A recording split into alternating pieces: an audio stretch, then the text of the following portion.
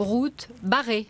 Mercredi dernier, les usagers du quai Jacques-Anquetil ont eu la surprise de découvrir que celui-ci était coupé à son extrémité. L'accès au pont Mathilde et au boulevard industriel est dévié sur une seule voie. Et pour les conducteurs, c'est un peu... C'est une vraie galère. Pour aller bosser, tout ça, c'est une vraie galère. Déjà, vous regardez juste derrière, c'est fermé. De partir de là-bas pour rejoindre le pont Mathilde, on est obligé de faire un grand tour, donc c'est super galère. Selon les journées, je peux mettre plus d'une demi-heure. Je viens de pas loin, je viens de Darnétal, il y a à peine 14 km et je mets 1 heure des fois. J'avoue que là, je suis un peu perdue. Il y a des changements dans les... Ouais. Pour moi, on passait en haut avant, c'est ça.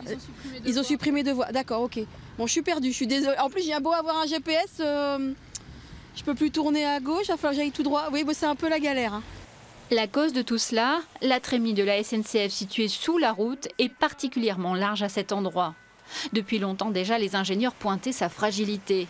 Suite à l'effondrement du viaduc de Gênes l'été dernier, l'État a diligenté de nouveaux contrôles sur les ouvrages d'art. Des études qui ont accéléré la décision de fermeture de la trémie rouennaise. C'est un ouvrage qui, depuis sa construction, présente des défauts, qui a été renforcé dans les années 1970, mais qui aujourd'hui présente une dégradation telle qu'on prend trop de risques à y circuler dessus, d'autant que les poids lourds avaient été interdits et on sait qu'il continue à passer environ entre 300 et 400 poids lourds, malgré les contrôles de police.